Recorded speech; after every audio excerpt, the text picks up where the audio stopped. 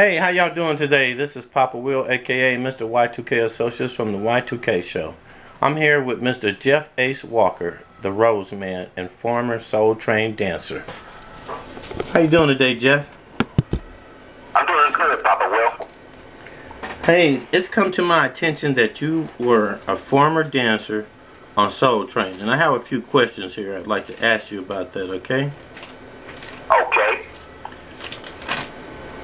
So, when did you start Soul Train? 1988. And how long were you on there? I danced on Soul Train from 88 to 91, and again in 2001, when Shamar Moore was a temporary host for Don Cornelius. Well, that's great. And I may have been after that a couple of times, but I don't recall. Okay, and how did you get selected to be on Soul Train? That's what we want to know. Well, the funny thing is that I was going shop to shop with roses, selling them, where I expanded my business to LA and Hollywood. All of a sudden, I landed on Sunset and Gower. I looked down the street where Paramount Pictures was, and a lot of people were standing at the side entrance. So I decided to make my way down there and ask what was going on. When I got there, I asked and was told they were waiting in line to get picked to be a Soul Train dancer. So I stood there with my roses and decided to try my luck. All of a sudden, Eric, a light-skinned brother, the coordinator, came out, started picking people out the crowd, and finally, seeing me, and for whatever reason, invited me in to be a Soul Train dancer. Okay, so once you got inside, what did you have to do? How did you make the cut to become a world-famous Soul Train dancer? Well, the way it's supposed to work is Eric would normally go to different clubs and places scouting for dancers that he thought would be good for the show. But for whatever reason, at face value, he chose me to be a Soul Train dancer. And you know, I watched Soul Train the first day it ever came out and all through the 70s. Kind of missed out in the 80s, you know, being married, family, and running my own business. But when you first started dancing on there, you know, what position were you placed in? Well, I started on the bottom floor at first. Then I did the scramble board. Finally, I became a platform dancer on the two side platforms, then the high rise, and finally, I was able to come down the Soul Train line. Okay, now, I also noticed over the decades, or like every 5 years, the fashion seemed to change on the show. What kind of outfits did you wear in the 80s? Well, as people remember who are from that era, MC Hammer was very popular and he created his own style of dress with the baggy pants. So I specifically remember I had some black baggy pants with white stripes on the side, polka dots white on the other side. I had a cummerbund on that was black with a white wingtip shirt and a black bow tie with patent leather shoes and silver tips. Now that was one of my dress styles. And then I was a Morris Day fan back in the Prince days. And so I ended up picking the dress like Morris Day in the time. And I specifically remember wearing suited outfits such as that. Okay, so you was a snazzy dresser, and apparently a good dancer. So, did you develop any style of your own, or did you have like a signature move or anything? that people would remember? Well, I have to thank my mother, because my mother started dancing with me when I was about 5 years old or so.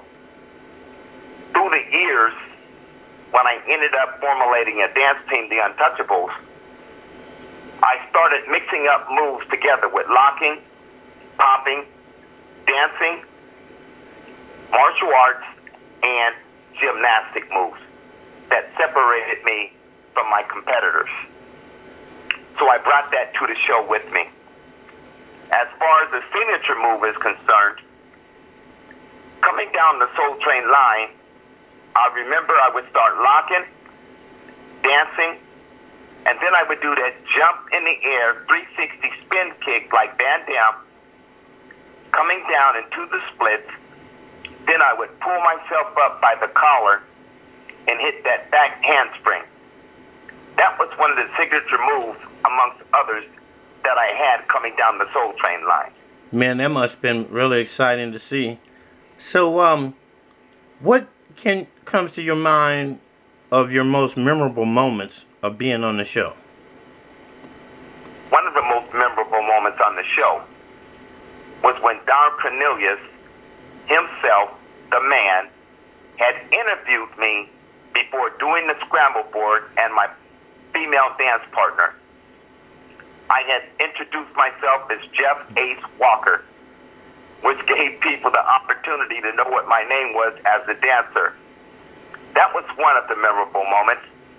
The other one was when I met NWA, Eazy-E and his crew. I will never forget it, because I was being a clown.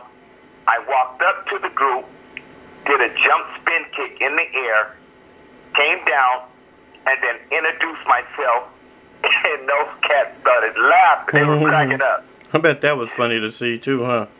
That was fun. But the last one was in 2001, when I had the pleasure to meet Shamar Moore, who was the temporary host for Don at the time, and that was one of the nicest brothers in the industry that I had came across.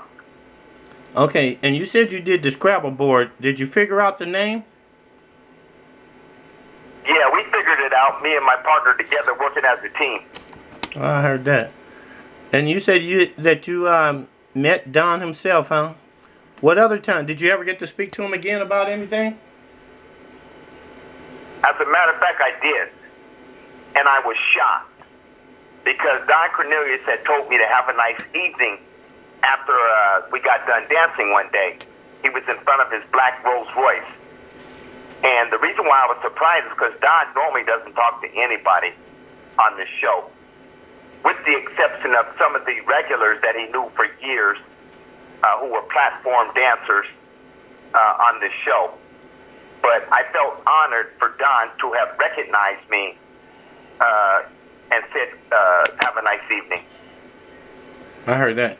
So, you mentioned one group, but did you meet any more famous groups, or who was on Soul Train that's like a famous personality now that you met back then?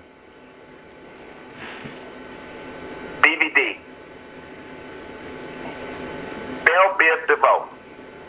The BVD boys, Ashford and Simpson, the married couple. I would never forget how they connected when singing their song.